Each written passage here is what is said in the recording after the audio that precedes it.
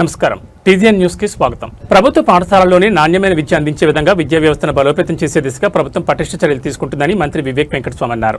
నర్సాపూర్ మండలం నారాయణపూర్ గ్రామంలో బడిబాట కార్యక్రమంలో పాల్గొన్నారు. ఈ సందర్భంగా మంత్రి మాట్లాడుతూ ప్రభుత్వ పాఠశాలలో నాణ్యమైన విద్య ఉచితంగా అందిస్తున్నామని నమోదు పెంచుకోవాలని, ఆ దిశలో జరిగే బడిబాట కార్యక్రమాన్ని విజయవంతం చేసేందుకు కృషి చేయాలని అన్నారు. ఈ కార్యక్రమంలో జిల్లా కలెక్టర్ ప్రతిమా సింగ్, గ్రంథాలయ సంస్థ chairman Suhasini Reddy, municipal chairman Lakshmi Raj Yadav, గ్రామ సర్పంచ్ దేవ్ సింగ్, కాంగ్రెస్ పార్టీ జిల్లా అధ్యక్షులు ఆంజనేయులు గౌడ్, కాంగ్రెస్ పార్టీ నియోజకవర్గ ఇన్ఛార్జ్ ఆవుల రాజిరెడ్డి, మెదక్ ఆర్డీఓ రమాదేవి, అధికారులు, ప్రజాప్రతినిధులు తదితరులు పాల్గొన్నారు. గ్రామ సర్పంచ్ పాతులోతు దేవి సింగ్ గారు వారి సందేశాన్ని ఇవ్వవలసిందిగా కోరుతూ ఉన్నాం. పాతులోతు దేవి సింగ్ గారు. సో మీకోసము అన్ని నియోజకవర్గాలలో రేవంత్ రెడ్డి గారు అడ్వాన్స్ టెక్నాలజీ సెంటర్స్ ఒక్కొక్క సెంటర్ ఒక్కొక్క నియోజకవర్గానికి శాంక్షన్ చేయడం జరిగింది. మీకున్నదా శాంక్షన్ ఆర్ చేయాలన్నా? It is there. అయితే నెక్స్ట్ మంత్, ఎందుకంటే ఇప్పుడే ఫండ్స్ రిలీజ్ అయినాయి, నెక్స్ట్ మంత్ మనం కన్స్ట్రక్షన్ కూడా స్టార్ట్ చేసుకోవచ్చు. సో ఈ అడ్వాన్స్ టెక్నాలజీ సెంటర్ ద్వారా మనకు అక్కడ ట్రైనింగ్ అయ్యి ఉద్యోగ అవకాశాలు కల్పించాలని చెప్పి ఈ అడ్వాన్స్ టెక్నాలజీ సెంటర్ కూడా అన్ని నియోజకవర్గాలలో ఒకటి ఇవ్వడం జరుగుతుంది. అంటే మీరు మంచిగా చదువుకోవాలి, తర్వాత ఉద్యోగం రావాలి, తర్వాత మీరందరూ కూడా ఈ ఉద్యోగం కన్నా ఇంకా పై ఉద్యోగం కూడా తెచ్చుకోవాలి. అన్నిటికన్నా పెద్ద విషయం మన చిన్నారులు ఎట్లా చదువుకుంటున్నారు, వాళ్ళకు బడిలో సరిగా ఫెసిలిటీస్ ఉన్నాయా లేదా, నీళ్ళు ఉన్నాయా లేవా, గర్ల్ టాయిలెట్స్ ఉన్నాయా లేవా, ఇవన్నీ కూడా చూసుకునే అవసరం ఉన్నది. కలెక్టర్ గారు, all the children having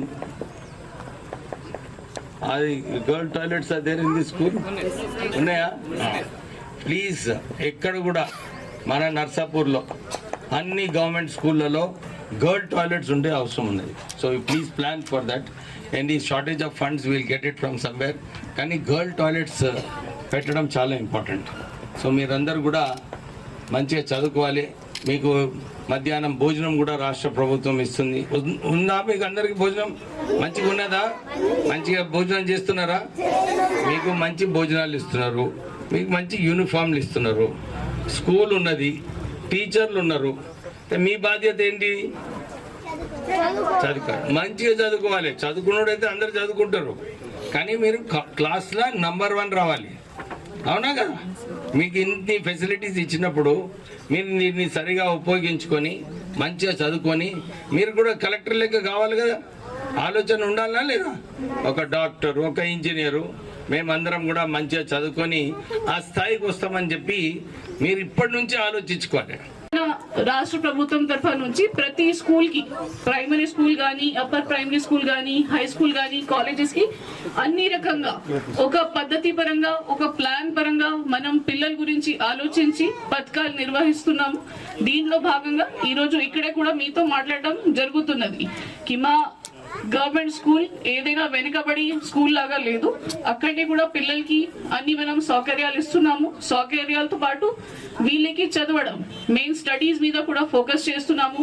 teachers కి ట్రైనింగ్ కానీ, టీచర్స్ కి అన్ని రకంగా మనం ఇన్స్ట్రక్షన్స్ ఇస్తే ఏంటి, ఎలా చేయాలి, ఎలా చదివించాలి, పిల్లలకి లర్నింగ్ మెటీరియల్ ఎలా తయారు చేయాలి, పిల్లలకి ఎలా ఇంట్రెస్ట్ కల్పించాలి, అట్లాంటి మనం అందరికి చెప్పడం జరుగుతున్నది. పిల్లలకి మనం చూస్తున్నాము 5th కానీ 6th లో వచ్చిన తర్వాత కూడా వాళ్ళకి చదవడమే రాదు.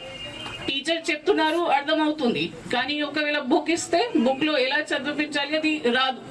సో అట్లాంటివి కూడా మనం పిల్లలకి ఒక క్లాస్ లో ఉన్నా కూడా వాళ్ళకి వేరే వేరే కేటగిరీలో పెట్టుకొని కొద్దిగా ఫోకస్ చేస్తున్నాం. కొంతమంది పిల్లలకి అర్థం అవడానికి టైం పడుతుంది, కొంతమంది సొంతగా ఇంట్రెస్ట్ తీసుకుని చేస్తున్నారు. కానీ అన్ని కేటగిరీ పిల్లలకి ఒక స్ట్రాటజీ పరంగా మనం ముందుకి తీసుకెళ్ళడానికి ట్రై చేస్తున్నాము. నిజాంపేట మండలం నగరం గ్రామంలో 1వ రోజు సాయంత్రం 5:30 నుంచి 8:30 వరకు కాంగ్రెస్ పార్టీ నాయకుడు Leela group chairman Meenakshi, doctor Mohan Naik గడప గడపకు వెళ్లి వారికి ఉన్నటువంటి ఆరోగ్య మరియు ఇతర సమస్యలను అడిగి తెలుసుకుని దానికి తగిన గోళీలు ఇవ్వడం జరిగింది.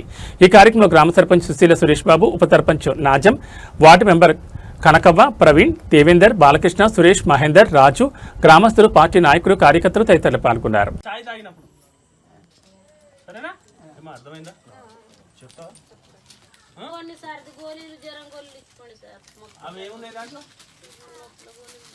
తర్వాత వెళ్ళే గుర్తుకొస్తున్నాయా నీకు? పిల్లలకైనా మాకైనా అలా ఇది బాగుందా నువ్వు తెలిసిపోతుంది. అది బాగుందనుకో ఇది పడేయి, ఇది బాగుందనుకో ఇగో మీ సర్పంచ్ గారిని అడుగు, మళ్ళీ నన్ను అడిగిస్తా. సరేనా? ఏమైనా గోళీలు కావాలా తాత? నొప్పులు బాగున్నాయి, నాకు కూలర్ ఉన్నది, బీపీ ఉన్నది.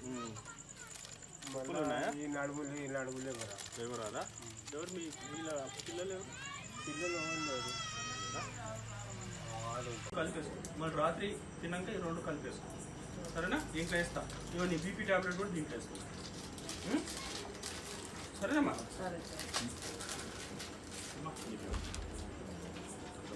నర్సాపూర్ మున్సిపాలిటీ పరిధిలో పలు అభివృద్ధి పనులకు మెదక్ జిల్లా ఇన్ఛార్జ్ మంత్రి డాక్టర్ గడ్డం వివేక్ వెంకటస్వామి శనివారం విస్తృతంగా పర్యటించారు. ఈ సందర్భంగా నర్సాపూర్ ఎమ్మెల్యే సునీత లక్ష్మారెడ్డి, ఎమ్మెల్సీ అంజిరెడ్డి, జిల్లా collector Prathima Singh, municipal chairperson Lakshmi Raj Yadav, గ్రంథాలయ chairman Suhasini Reddy, Medak RDO Ramadevi, Narsapur assembly నియోజకవర్గ ఇన్ఛార్జ్ ఆవుల రాజిరెడ్డి, డీసీసీ అధ్యక్షులు ఆంజనేయులు గౌడ్ ప్రజాప్రతినిధులతో కలిసి మంత్రి పాల్గొన్నారు. మొదటిగా నగర అభివృద్ధి పథకం కింద నర్సాపూర్ మున్సిపాలిటీలో 15 కోట్లతో వివిధ అభివృద్ధి పనులకు నర్సాపూర్ ఎమ్మెల్యే సునీత లక్ష్మారెడ్డితో మెదక్ కలెక్టర్ ప్రతిమా సింగ్తో కలిసి మంత్రి వివేక్ వెంకటస్వామి శంకుస్థాపన చేశారు. అదేవిధంగా నర్సాపూర్ 4, 6 వార్డులలో ఇందిరమ్మ ఇళ్ల గృహప్రవేశ కార్యక్రమాల్లో పాల్గొని పూజలు నిర్వహించి లబ్ధిదారులతో కలిసి గృహాలను ప్రారంభించారు. ఈ సందర్భంగా మంత్రి మాట్లాడుతూ నర్సాపూర్ పట్టణాభివృద్ధికి ప్రత్యేక మున్సిపల్ సమావేశం ఏర్పాటు చేసి సమగ్ర ప్రణాళికతో ముందుకు సాగుతున్నట్లు సూచించారు. మున్సిపాలిటీ నగరాభివృద్ధికి 15 కోట్లు మంజూరు చేసినట్టు తెలిపారు. ప్రజల శ్రేయస్సే ప్రభుత్వ ప్రధాన లక్ష్యమని, రాజకీయాలకు అతీతంగా అందరికీ సమానంగా అభివృద్ధి ఫలాలు అందేలా కృషి చేయాలని సూచించారు. వేసవి కాలంలో తాగునీటి సమస్యలు తలెత్తకుండా చైర్పర్సన్, వైస్ చైర్పర్సన్, కౌన్సిలర్లు ప్రతిరోజు సమస్యలను గుర్తించి వెంటనే పరిష్కరించాలని ఆదేశించారు. ప్రజలతో నిత్యం ఉంటూ ఉదయం, సాయంత్రం సమయం కేటాయిస్తే మంచి ఫలితాలు సాధ్యమవుతాయని తెలిపారు. ప్రజాప్రభుత్వం నిరంతరం ప్రజల కోసం పనిచేస్తుందని, ప్రతి ప్రజాప్రతినిధి బాధ్యతగా ప్రజలకు సేవ చేయాలని మంత్రి కోరారు. కొత్తగా ఎన్నికైన సభ్యులు అధికారులతో సమన్వయం చేసుకుని సమస్యలను పరిష్కరించాలని సూచించారు. ఈ కార్యక్రమంలో తహసీల్దార్లు, జిల్లాధికారులు, ప్రజాప్రతినిధులు తదితరులు పాల్గొన్నారు.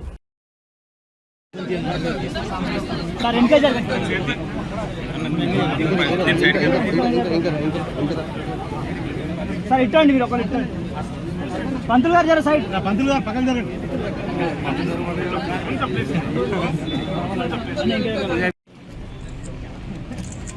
ఓకే సార్, మీరు కౌన్సిలర్స్ రండి, కౌన్సిలర్స్ దిగండి.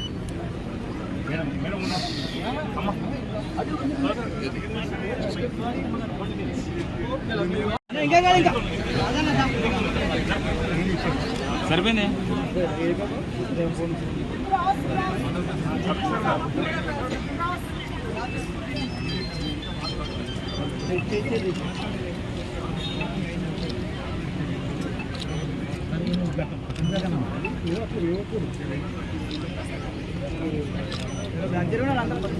మెదక్ జిల్లా నర్సాపూర్లో కళ్యాణ్ లక్ష్మి షాదీ ముబారక్ చెక్కుల పంపిణీలో మంత్రి వివేక్ వెంకటస్వామి, ఎమ్మెల్యే సునీత లక్ష్మారెడ్డి మధ్య మాటల యుద్ధం తలెత్తింది.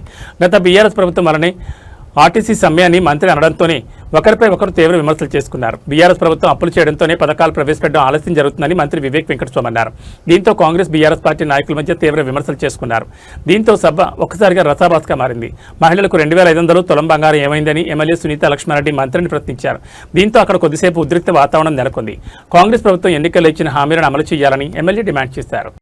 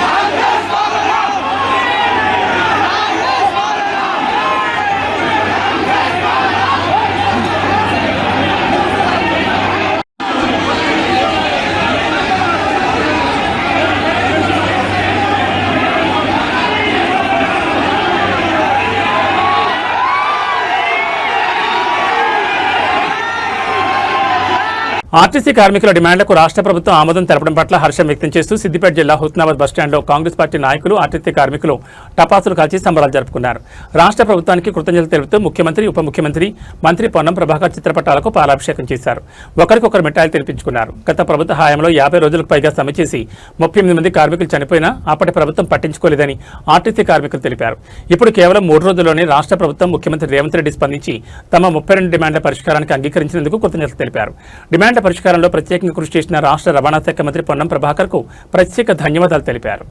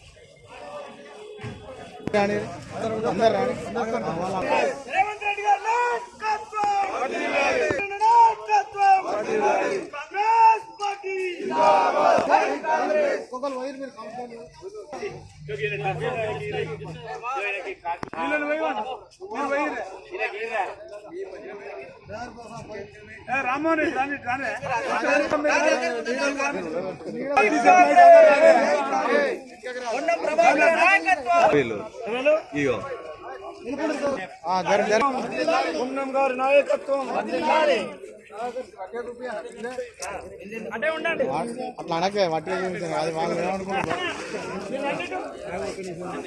రాహుల్ రెడ్డి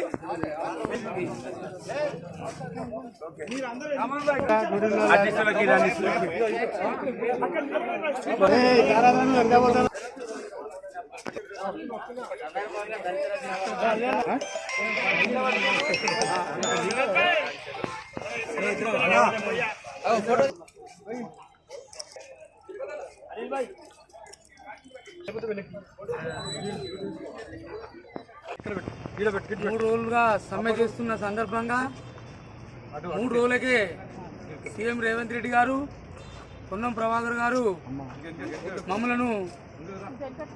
మమ్మల్ని ఆలోచించి మాకు తొందరగా నిర్ణయం తీసుకున్నందుకు వారికి ఈ సందర్భంగా పొన్నం ప్రభాకర్ గౌడ్ గారికి కృతజ్ఞతలు ఆర్టీసీ తరఫున తెలుపుతూ, గత ప్రభుత్వం 35 రోజుల వరకు సమ్మె చేసిన 50 గౌరవ ముఖ్యమంత్రి వర్యులు రేవంత్ రెడ్డి గారికి, బట్టి విక్రమార్క గారికి, గౌరవనీయులు మంత్రివర్యులు హుస్నాబాద్ శ్రీ పొన్నం ప్రభాకర్ గౌడ్ గారికి, హుస్నాబాద్ జేఏసీ పక్షాన హుస్నాబాద్ ఆర్టీసీ నాయకులకు మా కార్మిక కృతజ్ఞతలు తెలియజేసుకుంటా ఉన్నా.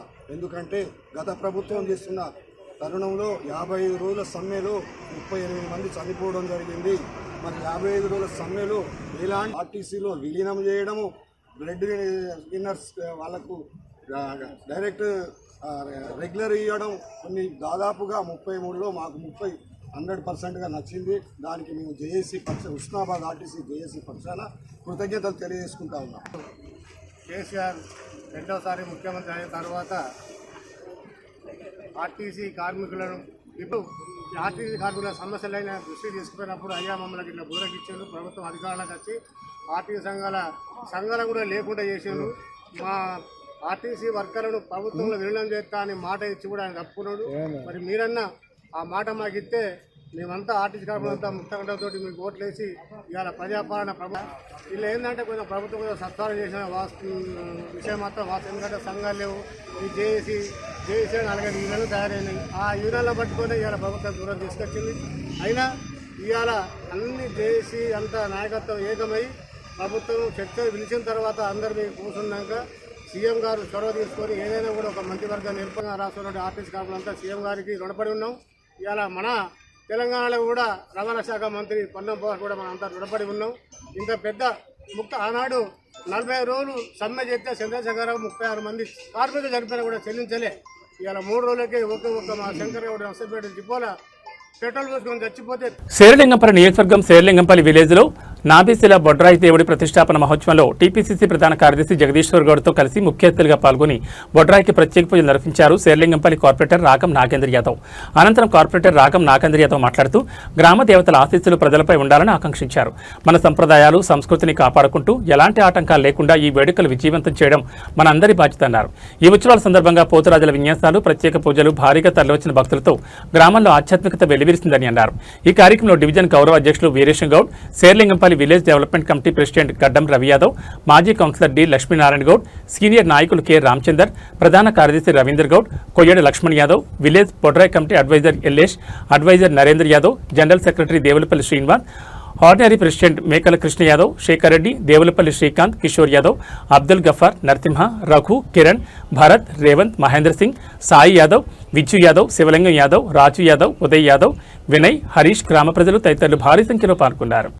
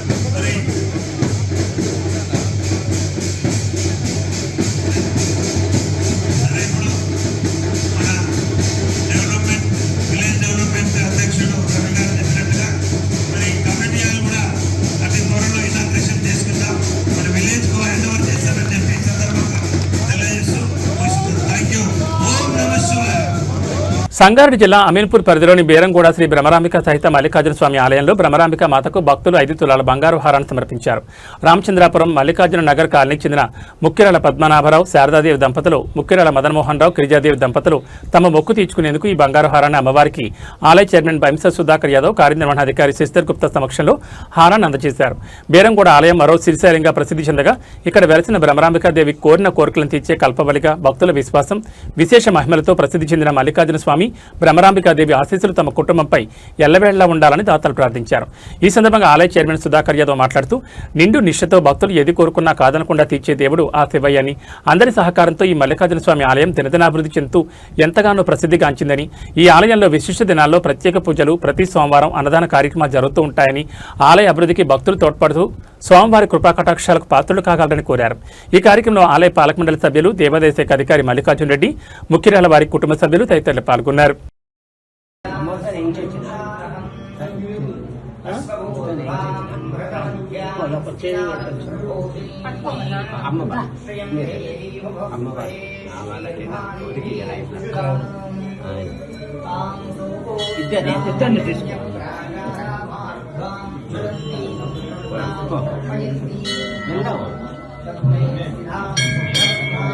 నువ్వు ఇంటికో పంతులు దిక్కోవాలి, పంతులు దిక్కో ఇటుకో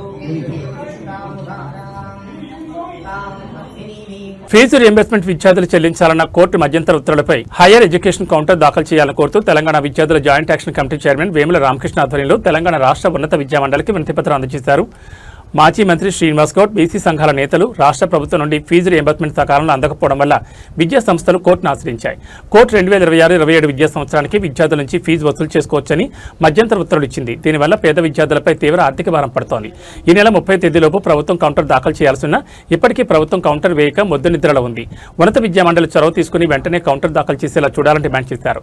రాష్ట్రంలో 12,50,000 మంది విద్యార్థులకు రాష్ట్ర ప్రభుత్వం ఫీజు రియంబర్స్మెంట్ చెల్లించకపోవడంతో విద్యార్థులు సర్టిఫికెట్స్ ఇవ్వని పరిస్థితి ఏర్పడింది.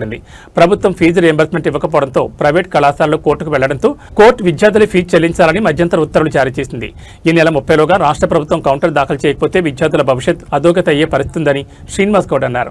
అన్ని విద్యాశాఖలను సమన్వయం చేసే హైయర్ ఎడ్యుకేషన్ ఇప్పటివరకు కోర్టు ఉత్తర్వులపై ఎందుకు కౌంటర్ దాఖలు చేయలేదని ప్రశ్నించారు. ప్రైవేట్ కళాశాలలకు అనుకూలంగా తీర్పు వస్తే విద్యార్థుల నుండే ఫీజు వసూలు చేయాలని ప్రభుత్వం చూస్తే రాష్ట్రం అగ్నిగుండంగా చేస్తామని, విద్యార్థులకు అనుగుణంగా తీర్పు వచ్చే విధంగా రాష్ట్ర ప్రభుత్వం కౌంటర్ దాఖలు చేయకపోతే 12 లక్షల మంది విద్యార్థులతో ఆందోళన చేపడతామని శ్రీనివాస్ గౌడ్ హెచ్చరించారు. విద్యాశాఖ మంత్రి సీఎం రేవంత్ రెడ్డి వద్దనే ఉందని, సీఎం వెంటనే స్పందించి తగిన చర్యలు తీసుకోవాలన్నారు.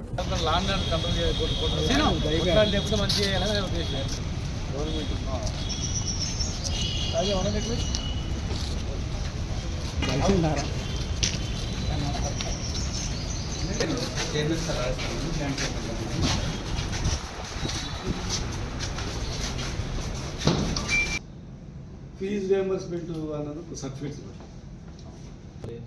ప్రైవేట్లో పోయి ఉద్యోగాలు చేసి కౌంటర్ వేయలేదని చెప్పి స్టూడెంట్స్తో వసూలు చేయండి అని చెప్పించినందుకు మరి భవిష్యత్తు ఏమైపోతుంది? ఫస్ట్ స్టేజ్లో ఫస్ట్ ధర్నా చేసిన వారు మీరు పిలిచి మాట 30th లోపల వేస్తామని చెప్పింది.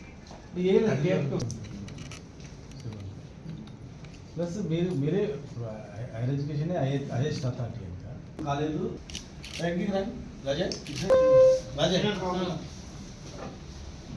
సార్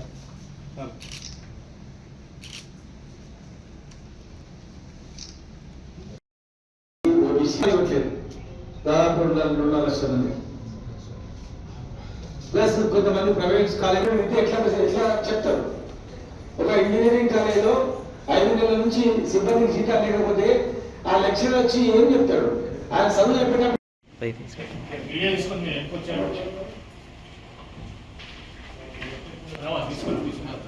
దగ్గరికి వచ్చి మరి వారి తరఫున వచ్చిన వ్యక్తితో మాట్లాడడం జరిగింది. ఈ రాష్ట్రంలో 12,50,000 మంది విద్యార్థులు ఫీజు రియంబర్స్మెంట్ బకాయి ఇయ్యనందుకు వాళ్ళ యొక్క సర్టిఫికేట్స్ అన్నీ కూడా ప్రైవేట్ కాలేజీలలో ఇరుక్కపోయినాయి.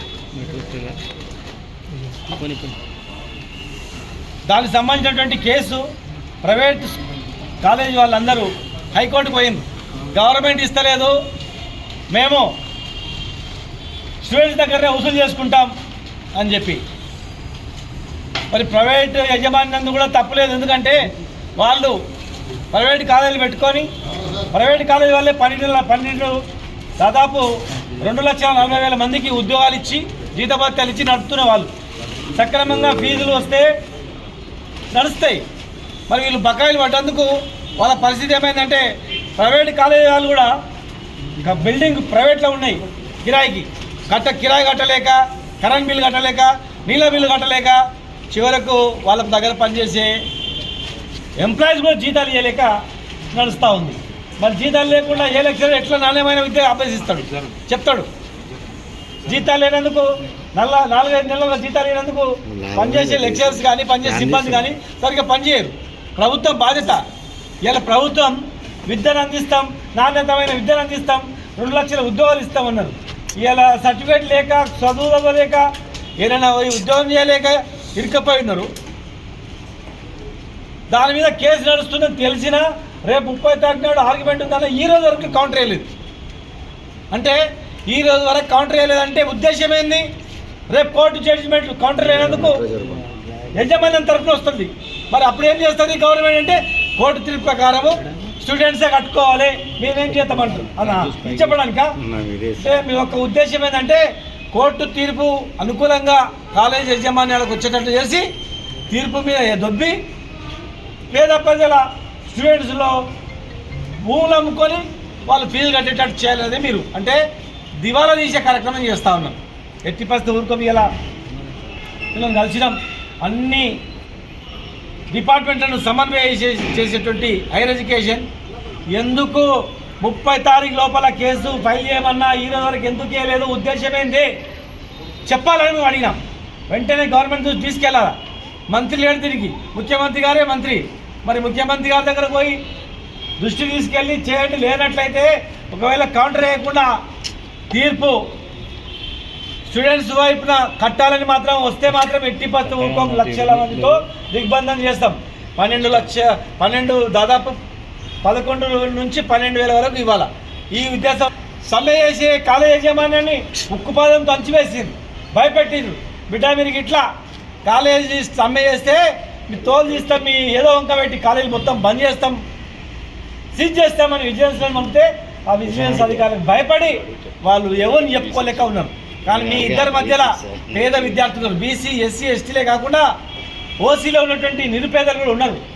కనుక వెంటనే మరి ఫీజు రియంబర్స్మెంట్ చెల్లించాలి, కౌంటర్ కూడా వేయాలని మేము డిమాండ్. లేనట్లయితే 30 తారీఖు తర్వాత వేలాది మందితో పెద్ద ఎత్తున మేము కార్యక్రమం నిర్వహిస్తాం.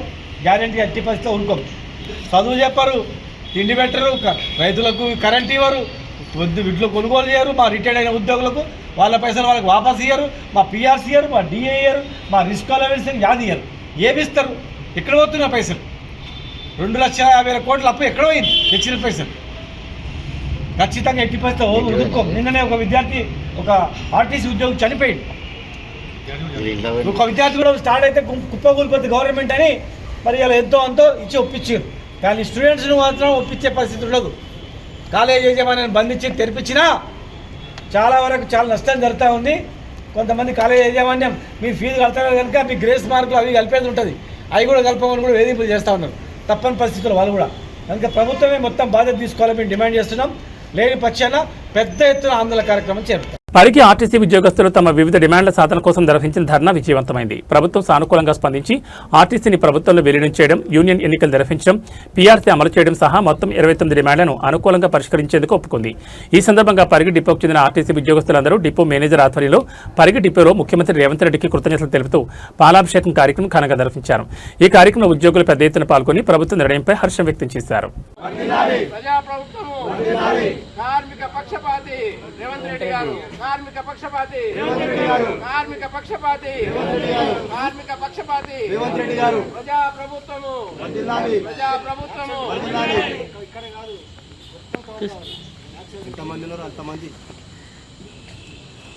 ఇప్పుడు ఇది స్టార్ట్ చేయి ఫస్ట్ నుంచి మళ్ళీ వీడియో ఈ మాటలు వచ్చాయి కాబట్టి మొత్తం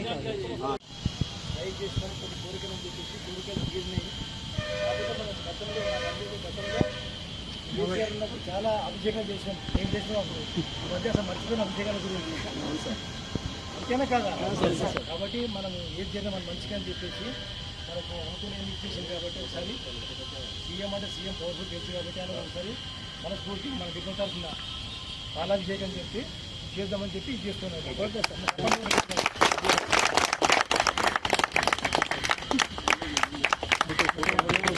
జై రేవంత్ రెడ్డి గారికి, జై జై రేవంత్ రెడ్డి గారికి, జై జై రేవంత్ రెడ్డి గారికి. మెదక్ జిల్లా నర్సాపూర్ పట్టణంలో శనివారం కళ్యాణ్ లక్ష్మి షాదీ ముబారక్ చెక్కుల పంపిణీ కార్యక్రమానికి మంత్రి వివేక్ వెంకటస్వామి, నర్సాపూర్ ఎమ్మెల్యే సునీత లక్ష్మారెడ్డి, జిల్లా కలెక్టర్ ప్రతిమా సింగ్, గ్రంథాలయ chairman Chirumala Suhasini Reddy, Congress party incharge Avula Raji Reddy, సంబంధిత ప్రజాప్రతినిధులు, ప్రభుత్వ అధికారులతో కలిసి మెదక్ జిల్లా ఇన్ఛార్జ్ మంత్రి వివేక్ వెంకటస్వామి పాల్గొన్నారు. ఈ సందర్భంగా ఆయన మాట్లాడుతూ కళ్యాణ్ లక్ష్మి షాదీ ముబారక్ పథకం పేదింటి ఆడపిల్లల పాలిట వరమన్నారు. ప్రజల సమస్యలు పరిష్కరించి వారికి మేలు చేయాలనే ఉద్దేశంతో ప్రజాపాలన 99 రోజుల ప్రగతి ప్రణాళిక కార్యక్రమం జిల్లాలో పటిష్టంగా నిర్వహించడం జరుగుతుందన్నారు. ఇందిరమ్మ ఇళ్లు నిర్మించుకున్న వారికి బిల్లుల సమస్యలపై తొందరలో ప్రత్యేక సమావేశం ద్వారా చర్యలు చేపడతామన్నారు. ప్రజలందరూ సన్నబియ్యంతో భోజనం చేయాలనే ఉద్దేశంతో 9,000 కోట్ల రూపాయలు ఖర్చు చేసి ఈ పథకాన్ని రాష్ట్రంలో సమర్థవంతంగా అమలు చేస్తున్నామన్నారు. రైతులకు సన్నవడ్లు పండించిన వారికి 500 రూపాయల బోనస్ మంజూరు చేయడంతో పాటు రైతు రుణమాఫీ పథకం ద్వారా వారికి ఆర్థిక చేయూత అందిస్తున్నామన్నారు. అలాగే ఆర్టీసీ మహాలక్ష్మి పథకం ద్వారా మహిళలకు ఉచిత ప్రయాణం కోసం 9,000 కోట్ల రూపాయలు ఖర్చు చేసినట్టు తెలిపారు. ఆర్టీసీ కార్మికులు సమ్మె చేస్తున్న నేపథ్యంలో వారి డిమాండ్లకు ప్రభుత్వం సానుకూలంగా స్పందించిందని తెలిపారు. ఈ సందర్భంగా నర్సాపూర్ ఎమ్మెల్యే సునీత లక్ష్మారెడ్డి మాట్లాడుతూ పేదింటి ఆడపిల్లల తల్లిదండ్రులకు ఆర్థిక చేయూత కళ్యాణ్ లక్ష్మి షాదీ ముబారక్ పథకం అని అన్నారు. ప్రస్తుత రోజుల్లో అమ్మాయిలు బాగా చదువుకుని అన్ని రంగాల్లో రాణిస్తున్నారని చెప్పారు. ఈ పథకాన్ని నర్సాపూర్ నియోజకవర్గంలో పటిష్టంగా అమలుపరచాలన్నారు. మెదక్ జిల్లా కలెక్టర్ ప్రతిమా సింగ్ మాట్లాడుతూ ప్రజాపాలన 99 రోజుల ప్రగతి ప్రణాళికలో భాగంగా అభివృద్ధి సంక్షేమ పథకాలు ప్రజలకు చేరువ చేయడానికి జిల్లాలో సమర్థవంతంగా వివిధ కార్యక్రమాలు చేపడుతున్నట్టు తెలిపారు. కళ్యాణ్ లక్ష్మి షాదీ ముబారక్ పథకాన్ని సద్వినియోగం చేసుకోవాలన్నారు. ప్రభుత్వ పాఠశాలలో మౌలిక వసతులతో పాటు ప్రజారోగ్యాన్ని మెరుగుపరచడం, పారిశుద్ధ్యంపై ప్రత్యేక చర్యలు చేపట్టడం, ఇందిరమ్మ ఇండ్ల గృహప్రవేశాలు, బడిబాట కార్యక్రమం ద్వారా ప్రభుత్వ విద్యను బలోపేతం చేయడం కార్యక్రమాలు అమలు చేస్తున్నట్లు వివరించారు. ప్రజలకు సంక్షేమ పథకాలు అందించడంలో పాలనాపరంగా ప్రత్యేక చొరవ తీసుకుంటున్నట్టు తెలిపారు. ఈ కార్యక్రమం Medak RDO Ramadevi, municipal chairperson Lakshmi, Raji Yadav, గ్రంథాలయ చైర్మన్ చిలుమల సుహాస్నిరెడ్డి, నర్సాపూర్ అసెంబ్లీ నియోజకవర్గ ఇన్ఛార్జ్ ఆవుల రాజిరెడ్డి, డీసీసీ అధ్యక్షులు ఆంజనేయులు గౌడ్, సమంత ప్రజాప్రతినిధులు తదితరులు పాల్గొన్నారు.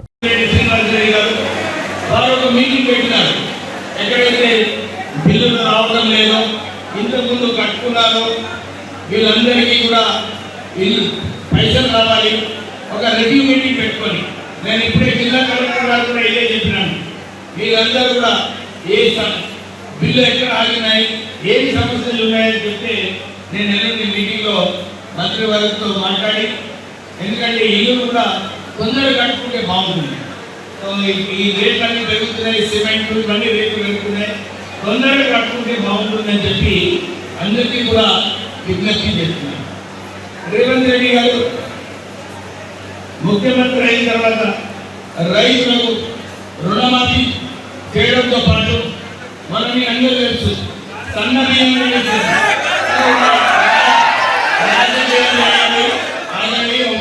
రాలేదు తీసుకురాసేది అందరికీ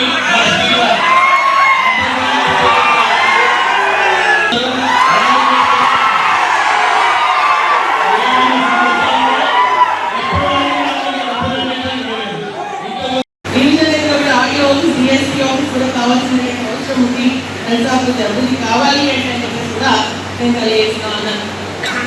గతంలో కూడా తీసుకొచ్చిన డబుల్ బెడ్రూమ్ హౌసెస్ స్థలాలు కేటాయించడం జరిగింది. మన వాళ్ళకి ఇవ్వాలి, అదేవిధంగా అర్హత లేని వాళ్ళందరూ కూడా తొందరగా అవి పడిపోయేటట్టు కలిసి కూడా అలా అసంఘిక కార్యక్రమాలు కూడా జరుగుతున్నాయి.